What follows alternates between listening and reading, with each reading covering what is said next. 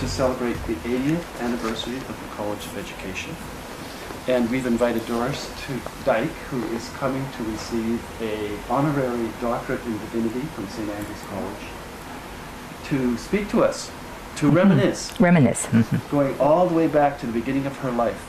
Almost, right? But focusing somewhat on the College of Education and the Department of Education Foundation. As a culminating experience. As the ultimate experience. An apex, yes. Doris is being conferred with an honorary degree tomorrow, as you all know, because in recognition of her work as a feminist scholar in theology and education, and for her extensive teaching at the University of Saskatchewan, Dalhousie, Toronto, for her work with the church, and for her gerontological kind of work, which she is currently doing.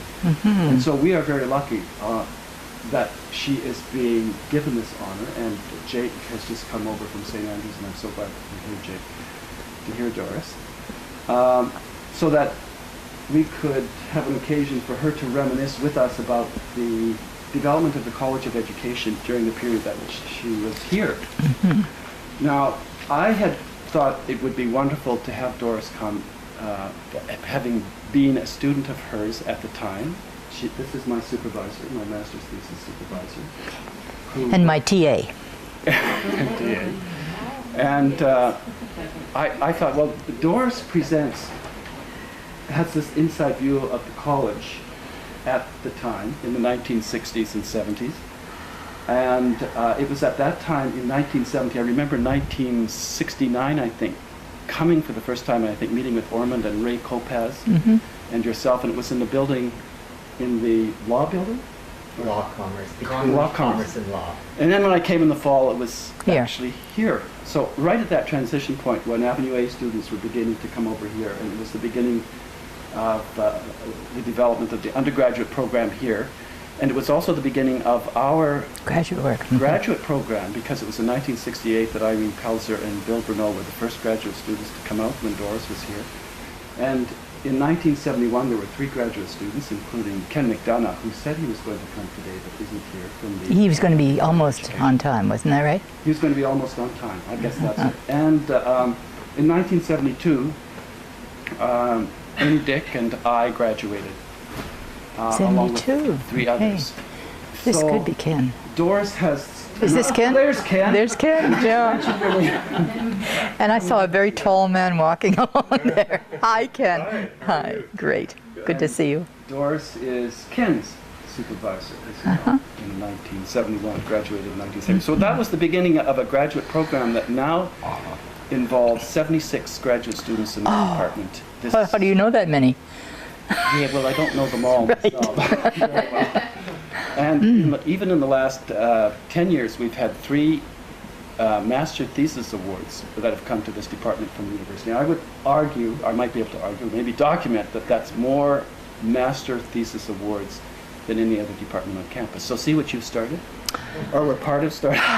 So that was one reason. Not only do you have the insight from being there, but you have shaped the current state of our department, which has evolved since then to the Indian and Northern education and continuing education, so it's not just the former foundations. Right. And another reason that was important for me was because of your critical presence and what is it that makes a person have some historic presence.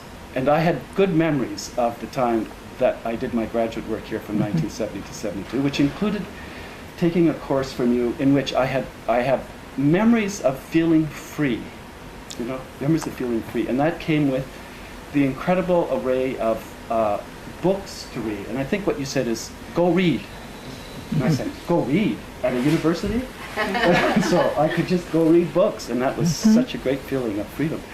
But I also had a feeling of protest. I remember walking with you, I hope you were there, and it's not just a fabrication, in 1971 over the University Bridge in protest of the Amchitka nuclear bomb. Sounds like me. It was a sunny day, and I think it was a day just like this. You know how this is kind of our first warm day. And I had some other feelings and recollections which I've just written down here, which I should, a feeling of celebration. I remember being at gatherings at your house, and with Ormond and other faculty members and graduate students, and particularly one occasion when Jesus Christ Superstar had just come on. And we were sitting around listening to Jesus Christ Superstar with the graduate clan. But the other thing was the importance of critique and criticism. Sylvia has a memory, Sylvia is my partner, of you suggesting that she might come to a conference in Winnipeg with me. And that was 71. 71. Yvonne Illich. No, Yes. Fall of 70. Really? Oh, listen, you're right. The War Measures Act. Yeah, it was right in the middle of the War Measures Act. That's Sure. right. Ormond, That's I right. can remember the big event. Well, you see, this is the way this will go. If we get anything wrong, somebody will straighten us out. Just another part to bring out another dimension of you is that you were with the open school with Brian, and you would often bring your knitting, and Oh, at that the was a big parent thing, meetings too. kind of be there to help mediate a lot of the discussion and sort of be a support, particularly for Sylvia, who was the first teacher there. She remembers that very well. And in all of that, sort of this commitment to justice and liberation. Thank you. So see that comes through. Now, there's one other reason I thought was good to have you come, and that was because you have a sense of the character of the college and of the characters in the college. Oh, I mean, yes. Murray has a sense of characters in the college, but you have a real sense of characters at the time. Edma Hood, Because they were nearly all in our department, they weren't were they? all in the art department. Edma Hood, Howard Adams, Yeah. Irene Pelzer, Dan Dortich, Jerry Langley. Okay, Max Roman. So let me just throw the floor open to you. Thank you. with that. Thank you. That's very moving, Bob. This is nice to be here, and it's nice to have maintained friendships with some of you over all the years. It's 35 years ago that I left, and that's really a long time.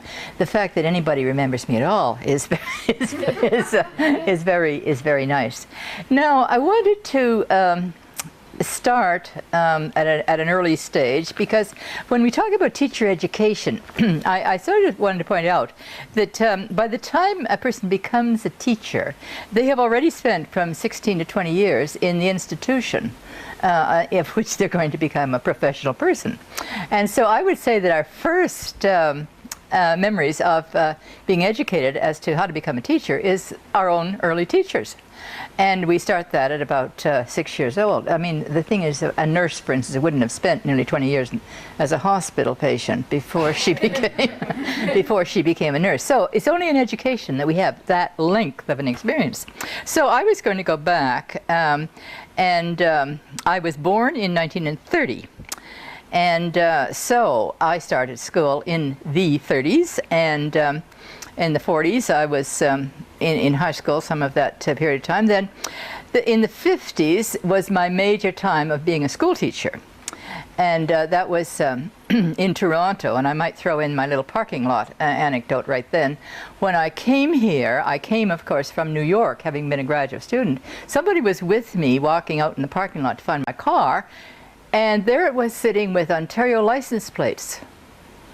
And the person said, "I thought you came from New York." And I said, "Well, yes, I was a graduate student there, but of course I had a permanent address in Ontario." Well, anyway, they looked at me as if I had falsified my credentials for having been here, because Ontario was not, it was not popular. But that's where, so I learned not to talk about that part of my life, you know, to some extent. But at any rate, that's where I did my school teaching in the 50s, and so then I came here in the 60s. And I wanted to say, of course, what you all know is that in all of those decades, the schools very much reflect the society in which they exist. They really can't do otherwise. They are a reflection of the society. And so the social political history, as well as the literature, the theater, the poetry, the novels, whatever is happening in the society, we reflect those things in the schools. And the best we can do as far as getting out of doing that entirely is to be critical. And to be encourage our students to be critical. And of course, the downside of encouraging our students to be critical is that they may well be critical of us when they learn how to be critical. That will go in any direction. But that's the only way we can really make any difference, as they say, is by helping each other be critical. And I would say that our department, Educational Foundations, in the 60s and 70s was critical. So that was, I look back and say, that's a good thing.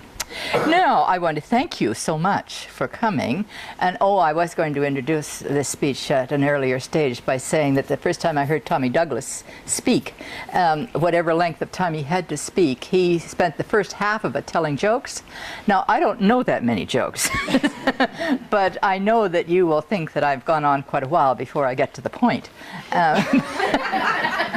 But anyway, I have, here I go, and I use the word 40 years ago quite a bit because it was in 1967 that I did become head of the Department of Educational Foundations. I also was granted my earned doctoral degree that year. I think I'd finished it in 96, but in 66, but it took a while to go through the mills. And so 40 years ago is a kind of a nice reference point for me. And I realized that 100 years before that, in the 1860s, women were not considered to be Renoir, the great painter, part of the rise of Impressionism in France, said that it was a monstrous idea to think of women being painters. And he had another such expression as far as them being writers.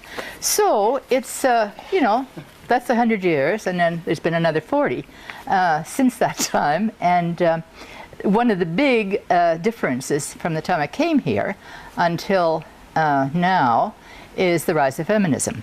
And that is a very, very significant change.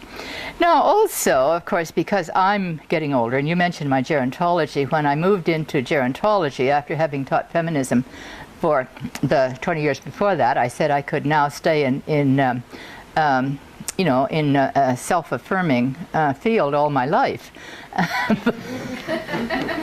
So that was a wise move that I made when I retired. But of course it is because I'm growing older that memory fascinates me, and forgetting fascinates me. But we do a little of each. But the memory, why do we remember some of the things that we do remember, and why do we not remember other things? So I wanted to say that women's lives do form a kind of a third world of literature. And when I look at my own life, what I have been taught, what I have read, heard, experienced in groups, in worship, in political endeavors and travel, and my response to the arts, especially literature, theater, visual arts, and dance, what is talked about in faculty meetings, in committees, what happens in family life, in conversations and conspiracies with friends. Deep influences in my life have been the church and the university. And as also populist political writing, grassroots movements, feminism, and world travel, and multicultural association. Those have been, in a sense, what have formed me. And I have always felt as if I was someplace on the edges. And of course, in many times I found myself in the rather lonely position of being the only woman. Now, I want to check this. I don't know whether anybody will know, but I think I was the only woman who was head of a department at this stage in the college. I think I was the only woman that was on the council. Were you on the council at the same time? Murray, you weren't here until sometime in the later 60s, isn't that right? 67, that's the year I became head, yes. So, do you think there was any other woman that was head of a department? That's what I'm just thinking. I can't remember. Yeah, I can't recollect that there was. But anyway, I was. Oh no, that was in arts and science. I'm talking about the College of Education. Oh, yeah. No. Yeah, and so. Not many at the university either. And no, not many. I know. Maybe one. I mean, even if Elder was, Yeah. definitely weren't. Right. Well, there's home ec and nursing and that sort of thing. Yes, actually, when I went to Dalhousie University as Dean of Education in 1973, there were 3 women who were full professors, and one was the head of nursing. And there was one in sociology, and there was me. So that was not a big crowd. And just to go ahead for a moment on that one, when I left Dal and went to go to Toronto in 1977 to teach at the Theological College, they did a survey of salaries throughout Dalhousie. Now, Dalhousie was an interesting place to go because there was nothing like a faculty association nearly as strong as there was here. There was certainly there was a teachers' union, and they called it a teachers' union, but at the faculty level there was no association. So it was kind of a little fiefdom that I had. I could do whatever I wanted to with the money that I had, and I did adjust a lot of salaries. Anyway, is that a good thing? the punchline is that when they did this survey, the College of Education was the only college where women had pay equity. And there were women's salaries that I had. I didn't put anybody down. I put a lot of people up. And it was just amazing, the difference. And that was in the middle 70s. So that was something, and something I was very happy about. But anyway, being the only woman here, it became a familiar in the council meetings, for instance, and that sort of thing. Became a familiar experience. Now, some of the things that I wanted to talk a little bit about my very, very early memories, and some of this is feminist and some of this is education. And I had said, of course, that our own going to school is the first plunge into teacher education we had. I went to a rural school, a one-room rural school, and the first year that I might have been at school when I was 6, there was not really a very good teacher. My father was the secretary treasurer of the school board. My mother didn't think the school was a very good place for me to be. My older brother would bring home stories about the teacher chasing kids up and down the aisles with the poker. You know, the kind of stove, kind of closed fireplace sort of thing that we had. Well, that didn't appeal to my mother. So I didn't really go to school that year until I was 7. And then we had a wonderful teacher. Her name was Doris, and I fell in love with her immediately. And very soon she put me in grade 3. And I thought that was a good idea because I had read everything and done everything up to there. And so I just kept on reading and doing homework and things until I graduated the month that I was 12 and got to high school. Now, an early memory that didn't happen in the school was with my female members of my family, my mother, my grandmother, my aunts, and a group of people that I remember sometime before I was 7, and I was doing well at school, as I have suggested, and they were proud of me. It was a warm and friendly environment. And they asked me whether I was going to be educated and have a career, or whether I was going to get married and have a family. And I immediately said both. The silence was oppressive. And I learned right away never to tell anybody that again. I would just keep that as my own personal secret story of my life. But apparently it wasn't, the right answer. So, speaking high school. High school was an interesting experience. We all have funny memories. I didn't ever learn very much French in high school, but I learned a lot about Paris because our high school teacher of French just loved Paris and spent every summer there, and we would try to keep her talking about that as much as possible so that she wouldn't find out that somebody hadn't any homework done. There was a public speaking contest, both junior and senior, and this was a cup was awarded and all that sort of thing. Everybody was invited. It was a big public occasion. And I had won the junior cup at one stage, and I was in grade 12, and I was, there were 2 of us that were going to be speaking in the final contest. The other candidate was the head boy, football hero, like everybody loved him. And I realized that I would be more popular if I lost the contest and he was the winner, because it would be, you know, good for him to be the winner and for me to place second. And I knew that I could lose it, because, I mean, anybody could, I mean, they could plan to lose it, whether, I mean, they might just lose it because they weren't as good, but they also could plan to lose it by doing something that would affect the judge's decision. And so I knew that, like, kind of little moment of power, but I won. And that's another very, very strong memory, that I knew I had to take that risk of not being as popular in order to be the person that I was. Another important memory in my childhood has to do with the library in the town.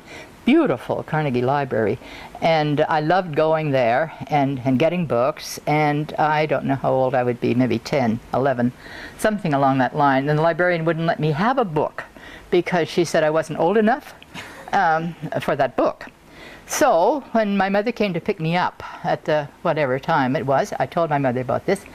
My mother went and got the book and took it out of the library and handed it to me in front of the librarian. So that was another moment that I can never forget, because what I liked more than anything was to read, and always kept doing that. Well, here we all these stories. I wanted to say that many of the issues that are contemporary were also very important in the 60s. When I was here, Rachel Carson wrote Silent Spring in 1962. And Joni Mitchell sang "They Pay Paradise" and put up a parking lot. So we have known about our environment for a long, long time. So in the 50s, the superhighways were being built and the subways, and I completed my first 2 university degrees, my BA in psychology and religion. I was able to do a double major, and at Queen's, and then my first degree in education, the B.Ed that came along with the, if you did some more work than you did for your teaching certificate. And for me, the 50s was a thoughtful and a busy decade. I taught school in Toronto, and I fell in love. I got married and had a baby girl. And I benefited from the newly available maternity leave in the middle 50s when she was born. Now, in the 50s, there was, well, as I said, it was a time of reading, introspection, theology, psychology, poetry, writing, coffee houses, and folk songs. The Weavers gave us words and music, beautiful, singable, memorable, about love, work, justice, and hope. And this was the world that I was living in, although I know that for many people, the 50s is almost defined by the Cold War and McCarthyism in the United States. And the dominant political legacy for many people is political repression in the United States. The Cold War almost became a civil war in the United States at that stage. But for me, it was a period of reading, of introspection, of thoughtfulness and depth psychology, all sorts of wonderful movies from the 50s. Seventh Seal and Wild Strawberries, 2 of Bergman's best films, and Tennessee Williams' plays brought homosexuality into popular culture. On the Waterfront, La Dolce Vita, and Arthur Miller's Death of a Salesman, T.S. Eliot's Cocktail Party, Reisman, The Lonely Crowd, and Edgar Friedenberg, The Vanishing Adolescent, Paul Goodman, Growing Up Absurd.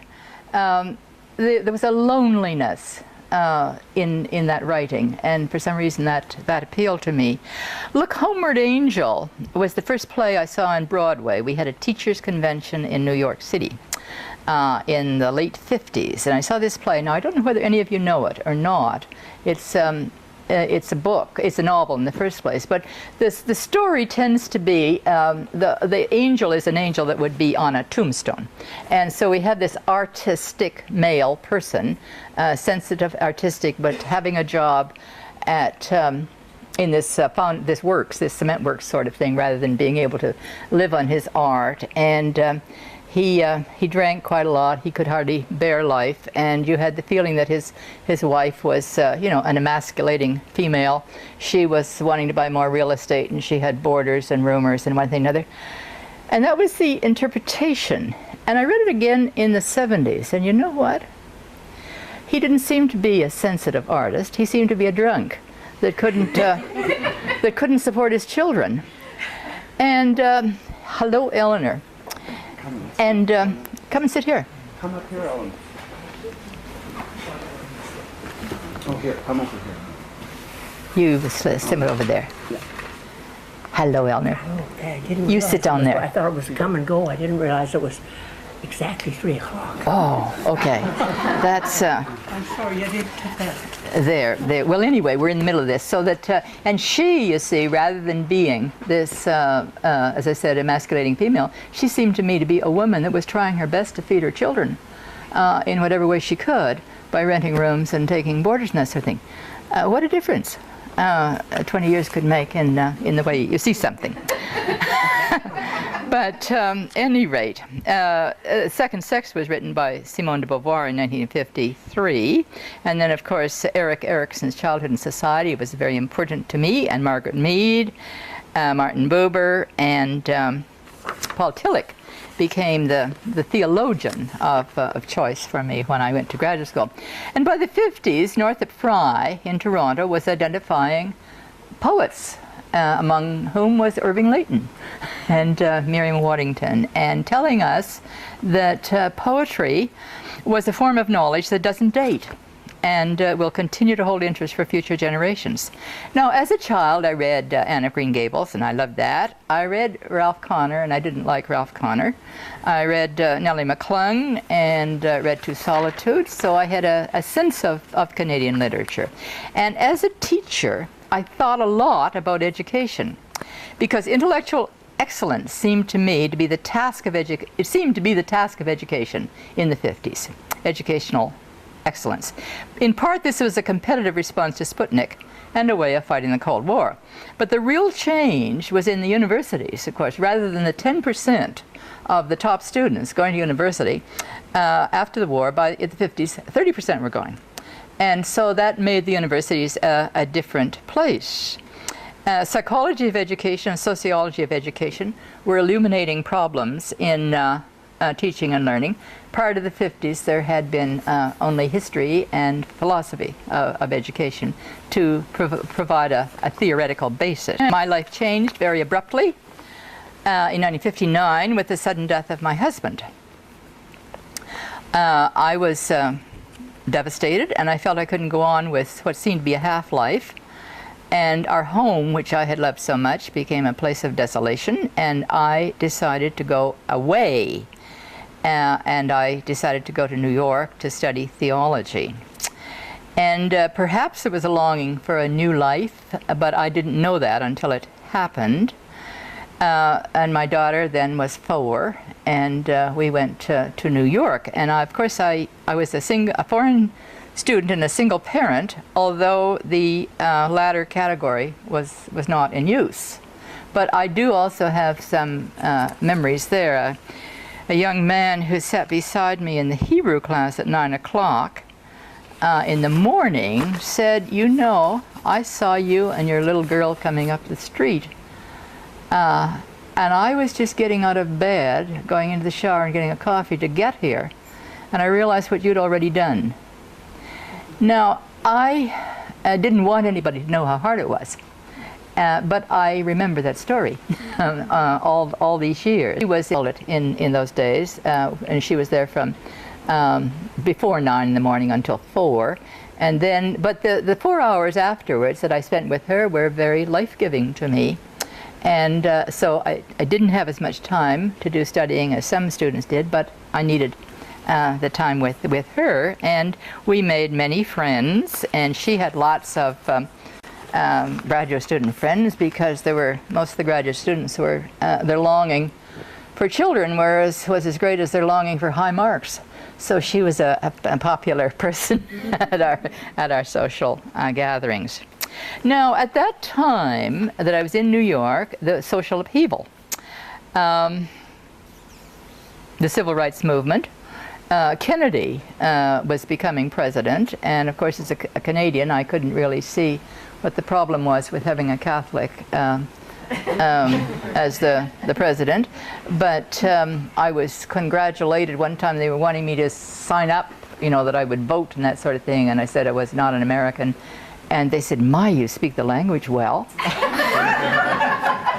So I just took any compliments where I could get them. But anyway, Fidel Castro came to town, and he asked to stay in Harlem. And he was the first head of state ever to ask to stay in Harlem, so that was a significant thing. And Black Like Me, Cry the Beloved Country, The Invisible Man, and Blues for Mr. Charlie, the civil rights movement was happening in the streets. The March on Washington took place when Martin Luther King gave his I Have a Dream speech. Malcolm X looked out and said that what he saw was a nightmare. No one seemed to be able to remember the name of Rosa Parks, whose word "no" about sitting on the bus was what started the civil rights movement. The last summer I was there in '64, I worked for the Religious Education Council in New York City. They paid me to be a kind of a school inspector to check that congregations who had received grants were actually having Bible vacation schools. They were, and I heard the little children singing "We Shall Overcome," and I can still hear them. I walked over broken glass and around police barracks where hours before a black teenager had been shot at point-blank range. Within a period of 5 years, John and Robert Kennedy, Martin Luther King Jr., and Malcolm X were dead. And the other important and exciting thing that was happening in the early 60s was Vatican II. This was taking place, and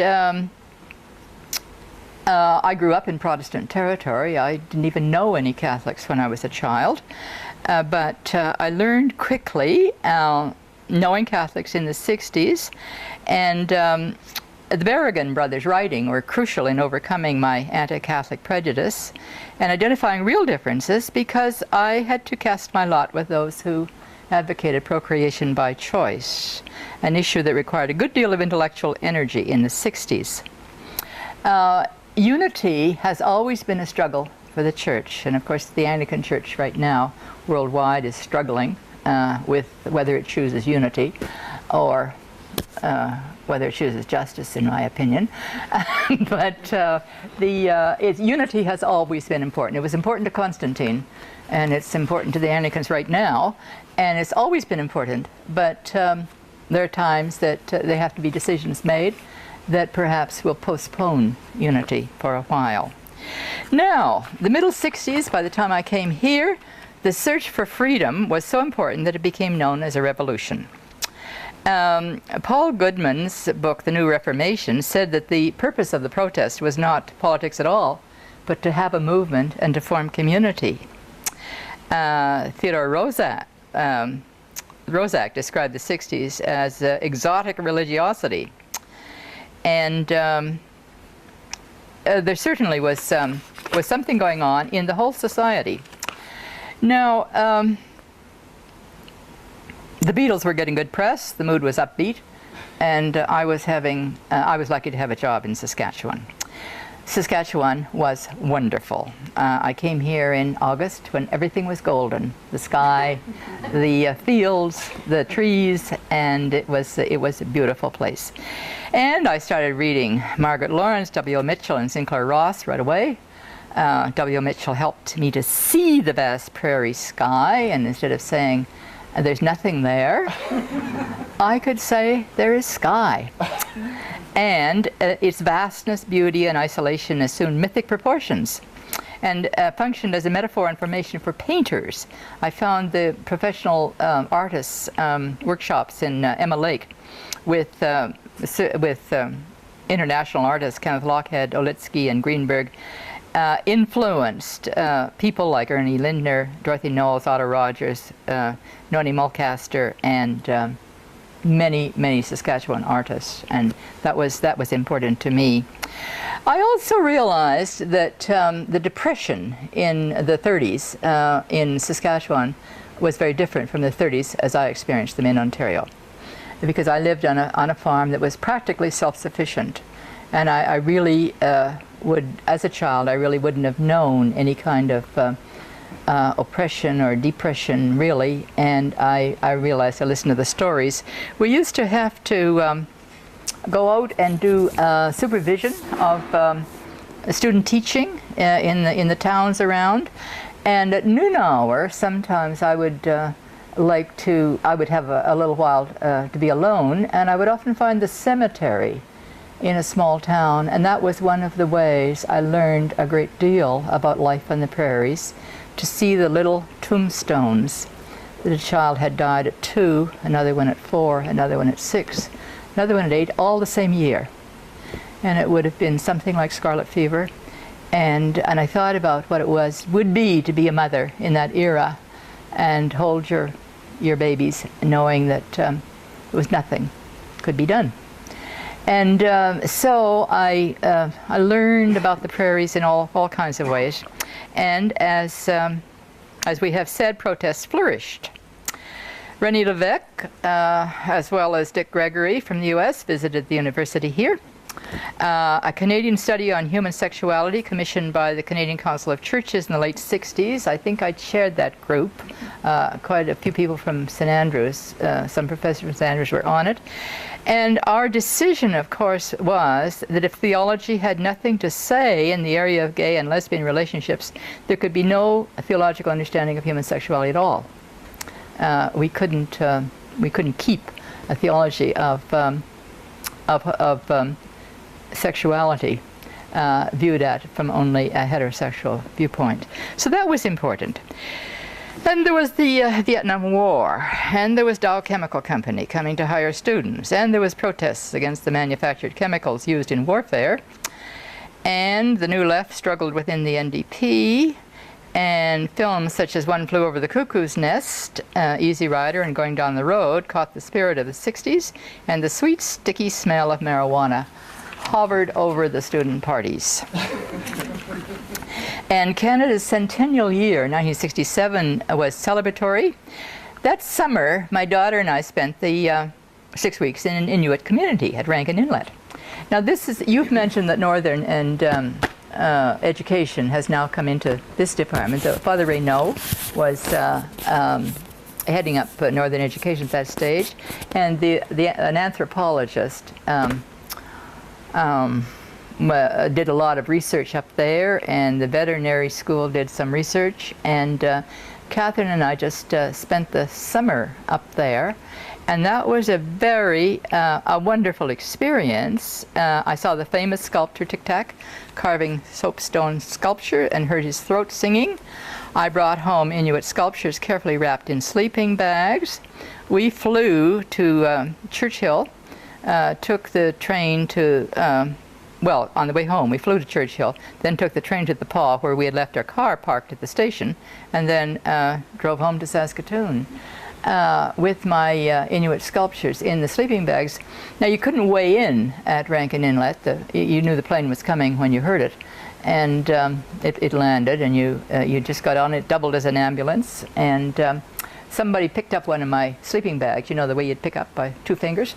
And when I got to Churchill, I found out it weighed 70 pounds. So I brought home a generous amount of sculpture. And of course, it was very cheap to buy those very valuable sculptures, but if I didn't buy them, I knew that the Hudson's Bay Company would. So it was still an ethical dilemma, but it wasn't as serious if it hadn't been that I knew that it was just a choice between the Hudson's Bay Company and me. Then later in 1967, I went on with my centennial projects by visiting the Atlantic provinces. And in 67, we had an incredibly important conference here. It was called Local Control in Education, and we had we got a lot of money from the Secretary of State, and it was well publicized. Edgar Friedenberg, whom I met at that time, when we invited him, and the "we" was Chet Bowers and Ian Housego and I that were chairing that committee and pulling the conference together. We wrote to Edgar in 1966, prior to October. It might have been, July, August, or June, or whatever. The conference was in October of '67, and he wrote back and asked us if we meant '67, or was it '66? Because he said, if you mean '67, you certainly have more faith in American foreign policy than I do. So that was Edgar, and he remained a very good friend, and he was actually responsible for bringing me to Nova Scotia, and I conducted his memorial service a few years ago. We stayed very good friends. So now the local context emerged, and in Quebec, British monuments were bombed. In New York, everyone was trying to learn Russian because of Sputnik and the need for excellence. In Saskatchewan, everybody was trying to forget Ukrainian. Now that changed during the time I was here, and I was reading that Sonia Sapivnik, whose name I think was Sonia Morris now, has recently died. She was the first Ukrainian woman I knew to teach her children Ukrainian. She was teaching her children Ukrainian before they went to school. And before I left, Ukrainian was a teachable subject in the university. And so that had all changed. But I had another of those experiences of silence. Some of you remember Alec Cameron as a professor here? Yeah. Well, I met him one day, and I was, new, chatty. And I said, "Oh, you must be Scottish." And I went ahead and talked about how my own heritage was Scottish. My original name was Scott. Well, it turned out that there was silence around the table. Nobody said anything about that. But as I left, some of the other members told me that he had changed his name. He had anglicized it, that he was Ukrainian. So I realized I have to be careful about jumping to conclusions when someone has a Scots name. Now, there was a lot of attention being given here also to Louis Riel. So the department that I came to, I really must get to that. Jerry Langley had been here for a long time, and he was the person that knew how to do things. Keith Sutherland, do some of you remember him? He was a Scotsman, and he got here so early in the morning that sometimes he was leaving before some of the members of the department were coming. And he liked teaching early in the morning. He did not like it when we moved over to this new building. He didn't want a desk, he said, that would melt in the sun and you had to open with a can opener. He wanted his oak desk from the other building, and he brought it. He wrote letters to the newspaper all the time, and he was obsessive about the Stephen Truscott case.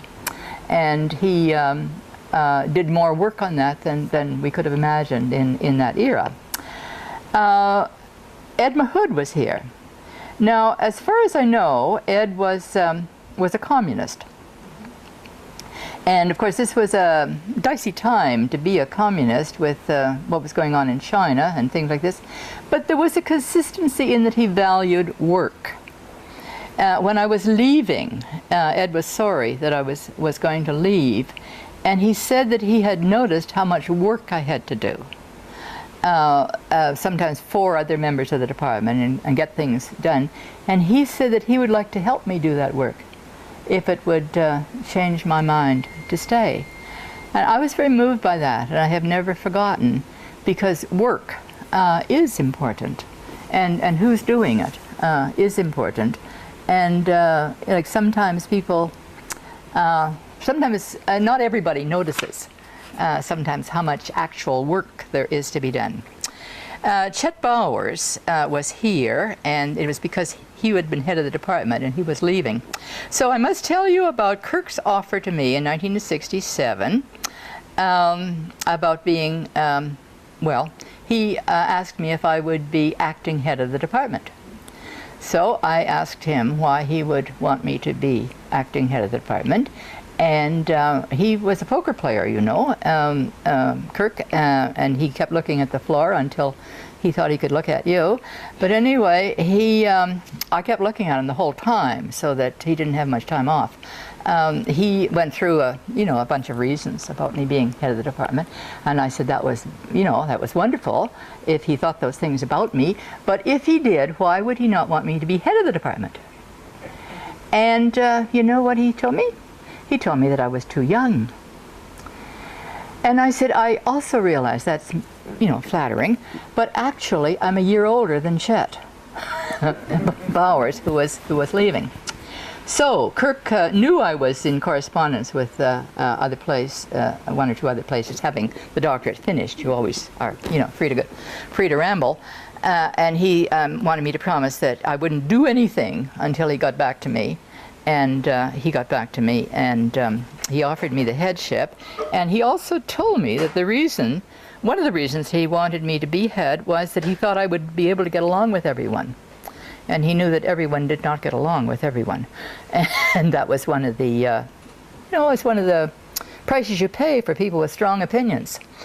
Sometimes they differ. So then, shortly after this, we had Howard Adams, and we had Ormond McCaig, and we had Irene Peltzer. Irene is still living, isn't she, Bob? Yeah. And she was a graduate student, as Bob says, one of our first graduate students. And in those days, she was Sister Ruth, and she was wearing the habit, the black nun's habit. And when Howard Adams, if you remember, he was native, and his hero was Louis Riel, and he wore a buckskin jacket, and his favorite pose was like this for the newspaper, and he was a good-looking man, black hair, and very dramatic. He had studied theater, actually. But he just about imploded when he saw her at first. But then, when she was hired, she was laicized, and she had taken her name, Irene Peltzer, and she was wearing light clothes. So that was fine. They became good friends. We had Danny Dorotich, who was Slovak, I think. And I think that his ability to speak one of the languages saved his life as a child during the war. So he had had a lot of serious experience. His field was comparative education, and he had been a student of Ed Mahood's. Now, we had Bill Bruno then, and Sister Ruth, and we had Ken McDonough. And Ken... pardon? As graduates. As graduate students, yes. Well, first of all, Bill Bruno and Sister Ruth, and then the next group that I am aware of was Ken, and he has been introduced to some extent and went on to do great things, and wrote a wonderful master's thesis. Bob Renier, Gary Waters, Ernie Dick, Ray Kopaz, Gord Bailey, and for a short time, Sue Selby and Rhoda Hall, both of whom did not finish and were briefer. But this was a great group of people that were here. Now, I would say that one of our achievements, we developed some distance education. We didn't call it that particularly then, but it was a weekend every month that school teachers could come, Friday night, Saturday, and were you there? Yeah. And then in between time there was reading to be done. Yeah, there was reading to be done in between times, the papers to write, and I think we generously gave them Saturday night off to go out to live it up out in the town, and it was a good class, and it was convenient for teachers to be able to come in. And then we had the free school and the open school, which we have talked about. People still tell me, Sharon, no, not Sharon Patella. What is her first name? Sharon Patel. Sharon Patella, yeah. Pardon? Sharon Hoy. She was then. Her son, Sean, went there, and she was speaking out in Vancouver, where I now live, just a year or two ago, and she still, cannot express enough gratitude for the free school and for her son's education. And she was accrediting Ormond and me with with the free school, and she was telling everybody in Vancouver, and suddenly I felt like a celebrity. This is 40 years ago. But anyway, that was still very important. What was our involvement with the free school? We started it. You started. Mm-hmm. What would you say, Armand? We weren't the only two. No, we weren't the only two, but we were the only two professors here. Yeah. And we got a few more people. And then we moved on to the open school, which was connected to the school board system, and had Sylvia as a long time, like as a full-time teacher. And then I taught a class on teaching religion. Now, Armand, you'll know what year this happened, that the government here decided that there would be Catholic high schools. Murray. 64. 60. Oh. You were probably just coming after. Oh yeah, this was quite a bit. Catholic high schools. Catholic high schools. Okay, I thought it was a little bit later than that. But anyway, okay. The teachers, at least by a little bit later than that, maybe 66 or so, that they wanted to have a class taught in the teaching of religion in schools. So I said to Kirk that I could do that. Because my degree had been jointly, you see, in philosophy of education and religious education. And Kirk was sure that the Catholics would never let me do that. But I had to go down to Regina and met someone, and they decided that I could do that, and I did it. And now the government, as far as I was concerned, they thought they would get the Catholic vote by having the Catholic high schools, but they did get the Catholic vote, and they lost the Lutheran vote, right? So it wasn't a shrewd, it wasn't really a shrewd political move. But we've noticed that about governments from time to time, that they're not necessarily. Maybe you know more about these things, Ken. High schools and public schools were under your jurisdiction? No, just Catholic. Just, well, I mean Catholic, yes, but both high and public. Oh, yes. Yes. High and elementary, yeah. Mm-hmm, mm-hmm.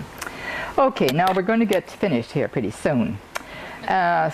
Supervision of student teachers. Remember, spring after college was over, I was anxious to get back to writing my thesis. A stone went through my radiator, like I was 60 miles from any place. And I thought, what has this got to do with Tillich? But anyway, I never came to a satisfactory answer for that one. But I did get back to the thesis. But those places were far, far away. After I had left was International Women's Year, and an ecumenical conference on women and religion was held by women in Saskatchewan. And I was the Protestant speaker, and there was a Catholic speaker. When I was coming out on the airplane, of course, I was working on my speech. I wasn't always so well organized in those days. I was busier. And so there I was writing on my speech, and the woman, we would not call her a flight attendant, I think we called her a stewardess in those days, noticed what I was writing about and said that was very interesting. That they had just had a meeting and they were organized. They were being paid 10% of what pilots were being paid. But this is the point. We all know that we really want a well-trained pilot and everything like that. We would agree. But the reason given was the danger in the pilot's employment. Thank you. So there needed to be some change. And then that became like the next big, I think, societal change was the rise of feminism. When I went to Dalhousie, there were about 2 feet of feminist books, and of course now we couldn't count them. Of course they'll all be on the internet, and soon there won't be any books at all. But that's another story that we'll leave for another 40 years. So I should stop. We can discuss. Do you want to discuss? you want to discuss, or should we have something to drink? And Well, yes. or do you want to take a But couple of but you know, questions? but somebody may be critical, as I was saying, Should we take a couple of questions? or not Observations? questions. No, Yeah. observations. Other comments? people's Does anybody anecdotes or wanna- comments. Yes, Doris would I've had my chance. Yeah, be happy to hear. yeah. Well, it's really good of you to come. And it was good of you to come. Thank you. Thank you very much for coming. And I think with this, Doris, a we'll book. invite everybody to have a glass of wine and a Oh, piece that's of an excellent 80th idea. anniversary cake. And I think the dean. Where we find out whether she's a Methodist or a Presbyterian. I think the dean has something. And you're just hitting the right note with the 80th anniversary cake. Yes. Thank you. I'm Cecilia Reynolds. I'm the current dean of the college. It's nice to Kirk, meet but- you. Yes, you. No, as a matter of an old fact, timer. you're not. You are not. And Doris, you and I haven't met before, No. but I've really enjoyed listening to you, and certainly wonderful to have so many people come back and It hear is. you tell your stories, and Yes. that's wonderful. We Thank have a you. gift that we hope you'll take home. Thank it's you. actually a bulb, especially lily, that has been bred for the 100th anniversary of the University of Saskatchewan. That's So wonderful. It's a white and green and yellow lily. That's So we hope wonderful. that you'll find a good I spot love for it that. in your garden. I love and, that. Thank you'll you. remember us when you see it. Indeed, I will. Thank you very, very Thank you much. very much. Thank you. Thank you.